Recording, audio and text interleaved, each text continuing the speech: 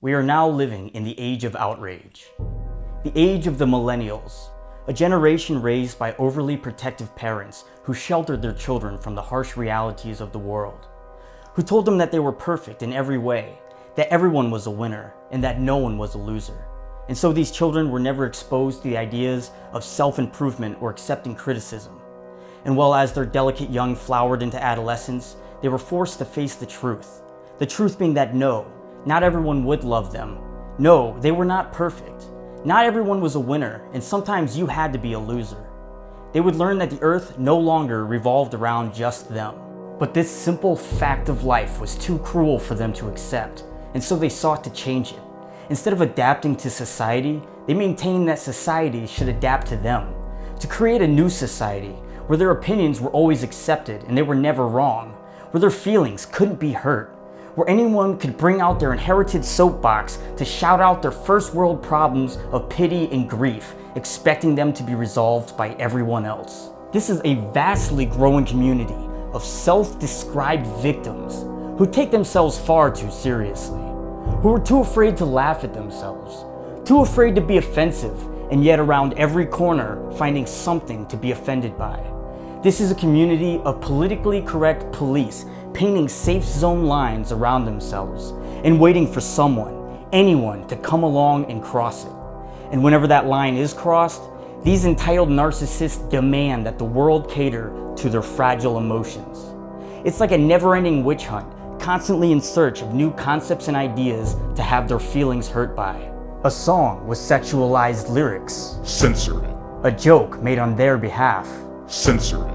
An opinion that reflects on their own shortcomings, in turn leading them to believe that they just might not be a perfect, special little ray of sunshine. Censor it. Well, as this crusade of censorship continues, it starts to gain momentum, leaving the rest of us behind, wondering what we're allowed and what we're not allowed to say, limiting our freedom of expression, our art, and our speech, controlling our words, and ultimately controlling our thoughts. This society is one that outcasts those who honestly and freely speak their minds as being disgusting, insensitive villains in need of correcting. Well, where's the grit? What happened to the charm of being risque? What happened to pushing the boundaries? This world is never going to be as happy and pretty as they want it to be. And personally, I want more dark humor in it, goddammit. But instead, we're all being silenced, having to pander to the needs of these wannabe victims. We're constantly showered by the same exaggerated news articles being regurgitated by every single social media site out there, looking to make a quick buck by exploiting the feelings of the insecure and baiting us with false titles, spinning a narrative and rewriting history in real time. And our ears are flooded with generic mainstream music with its meaningless watered-down lyrics and its cut and paste instrumentals. I can't even tell these pop stars apart anymore. But what's worst of all is how quickly and how easily the masses eat it all up. How they believe whatever the internet tells them is true without even the slightest skeptical thought that it's all bullshit. Well, this is the terrifying future being forced on us. And I'll be goddamned if I'm gonna go along with it. And if you're anything like me, then you feel the same way. But you're not alone. You see, you won't find any social justice warriors here. I don't believe in censoring language just because it offends someone. Your feelings mean nothing here, and your religious ideals will find no solace. If my songs trash your preconceived notions of right and wrong, good.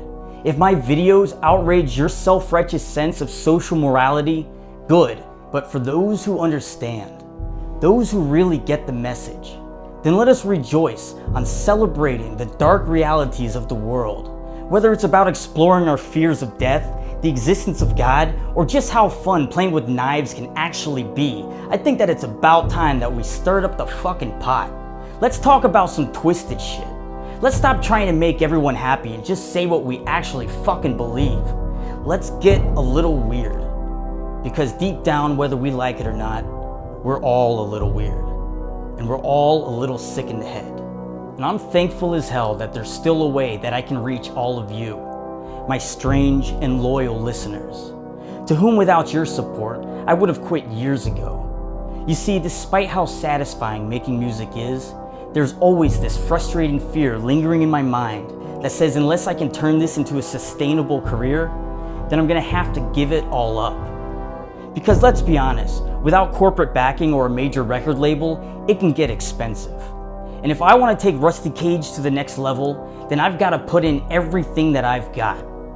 And in this day and age, we as fans have to take it upon ourselves to support our favorite artists if we want the content that we love. And this is why I've joined a website called Patreon. So Patreon is kind of like a Kickstarter, except that it's an ongoing venture.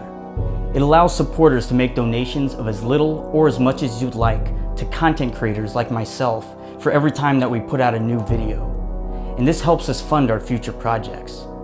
And with each different amount donated, there's different rewards that go along with it, like free songs, full album downloads, or merchandise shipped to your door. It's a mutually beneficial program for both fans and artists alike. And this year is going to be a productive one for me. I currently have 2 albums planned and a shitload of video ideas. And so in the end, I'm just hoping that there's enough like-minded supporters out there, as passionate as I am, to allow me to spend more time doing this. See, I know I'm not in this alone. I talk to many of you online, I read your comments, I take in your suggestions as well as your criticisms. It's what gives me reason to keep doing this. And at this point, we're all in it together. And I can't thank you enough for listening to my music and my ridiculously long rant on society. Support the insanity, and God bless your dark, twisted little souls.